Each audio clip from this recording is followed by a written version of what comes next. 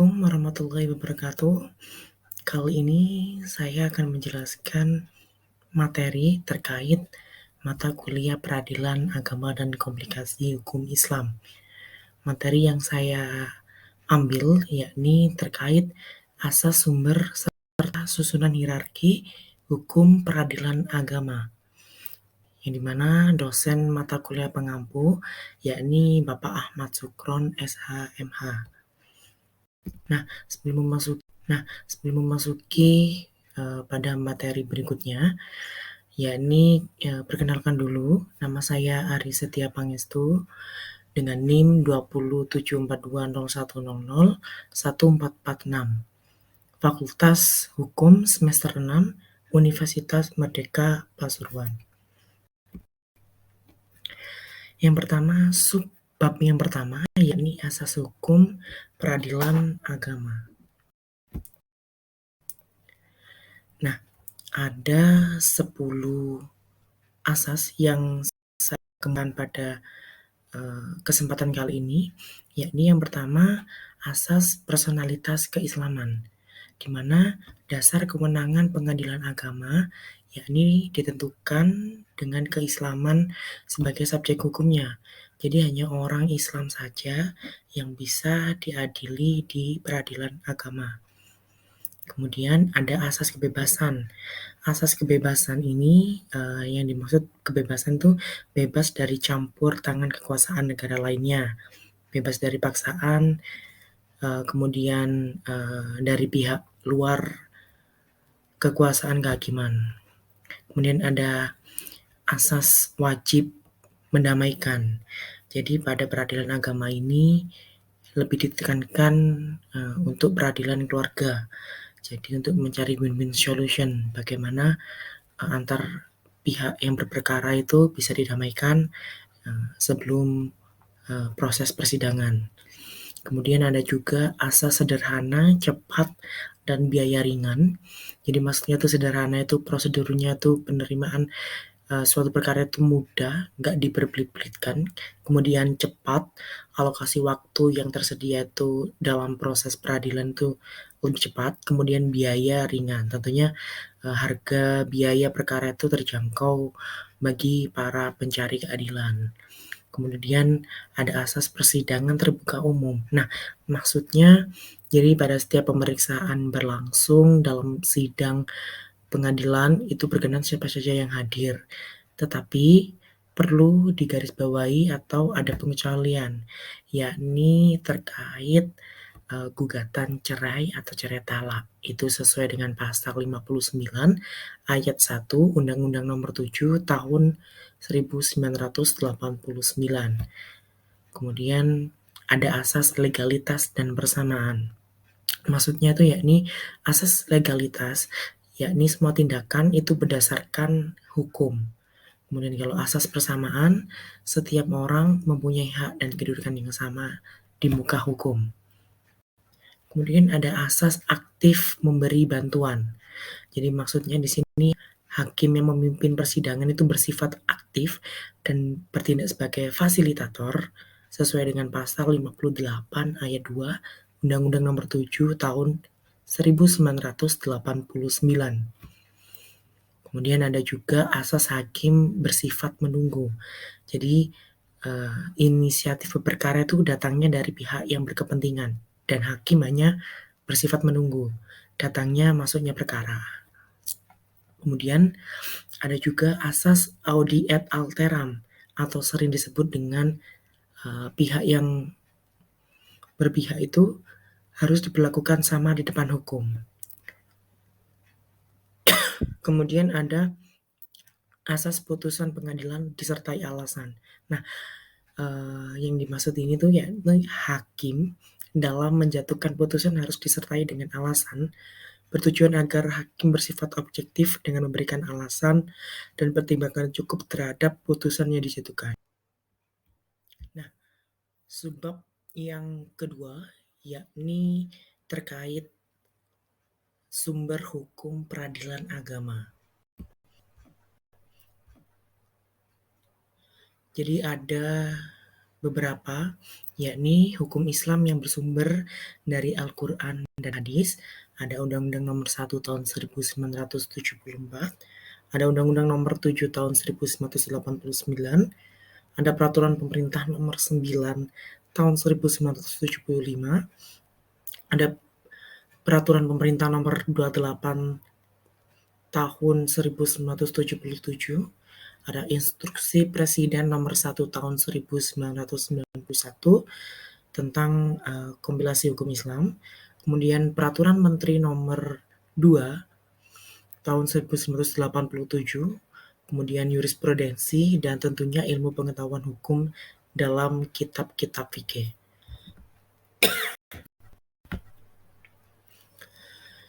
Kemudian peraturan yang menjadi inti hukum acara perdata peradilan umum antara lain itu ada HIR, ada RBG, kemudian ada RSV, ada BW yang zaman jajahan Belanda dahulu berlaku untuk Red van Justiti, kemudian ada Undang-Undang Nomor 2 Tahun 1968 tentang peradilan umum.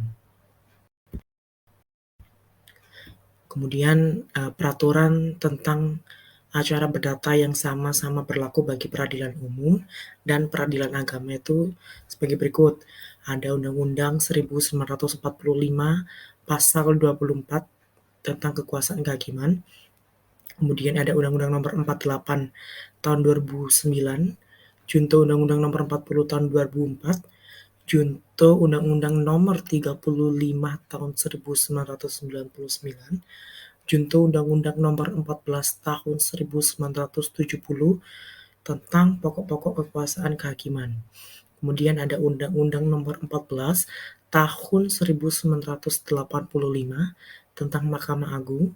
Kemudian ada Undang-Undang Nomor 1 Tahun 1974 dan Peraturan Pemerintah Nomor 9 Tahun 1975 tentang perkawinan.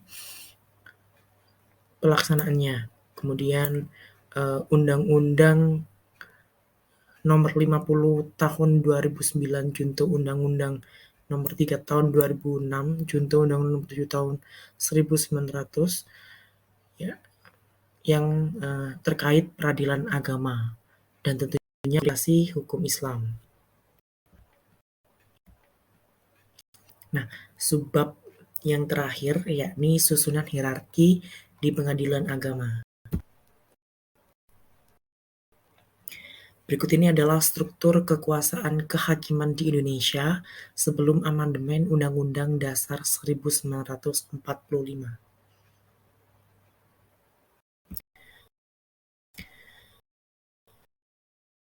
Kehakiman di Indonesia setelah amandemen Undang-Undang Dasar 1945.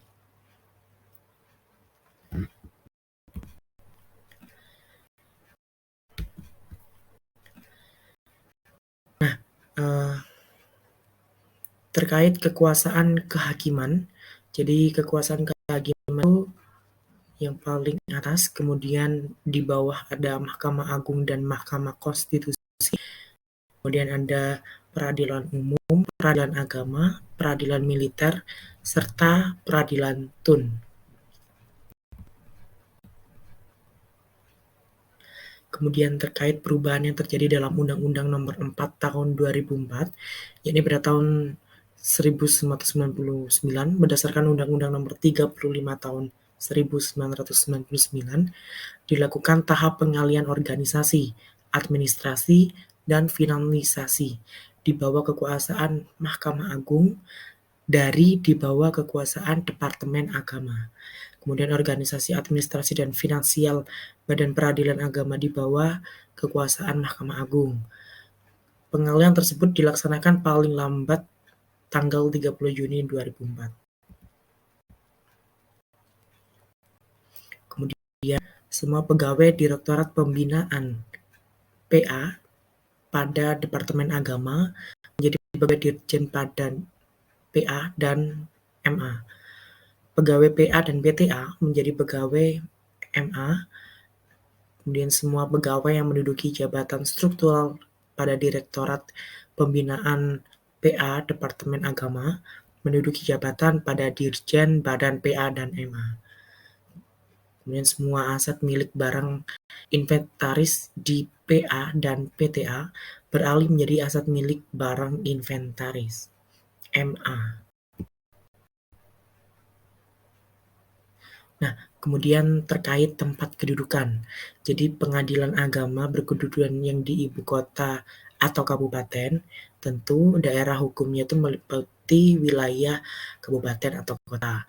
Kemudian peradilan tinggi agama berkedudukan di ibu kota provinsi, yang daerah hukumnya meliputi wilayah provinsi. Dan ada Mahkamah Agung berkedudukan di ibu kota negara. Nah, kemudian susunan Badan Peradilan Agama.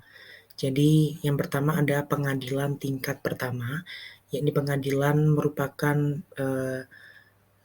pengadilan tingkat pertama yang dibentuk dengan keputusan presiden. Susunan peradilan agama terdiri dari pimpinan, itu ketua dan wakil, kemudian hakim anggota, panitera, sekretaris, jurusita.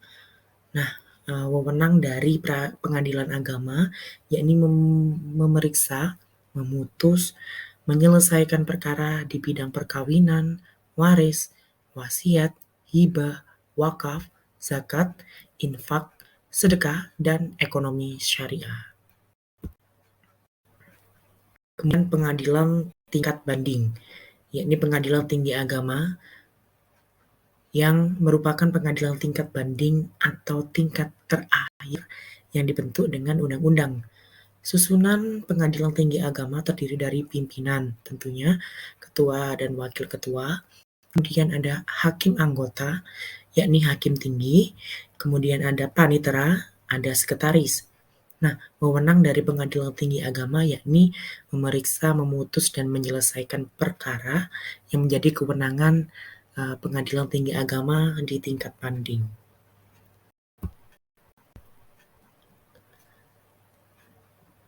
Kemudian ada pengadilan tingkat kasasi, yakni Mahkamah Agung merupakan pengadilan tingkat kasasi.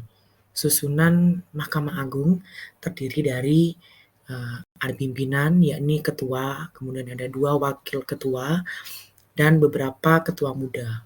Kemudian ada hakim anggota, yakni hakim agung, kemudian panitera dan sekretaris. Nah, terkait wewenang MA itu ada pada pasal 11 ayat 2 Undang-Undang Nomor 4 Tahun 2004, yakni seperti pada slide kali ini.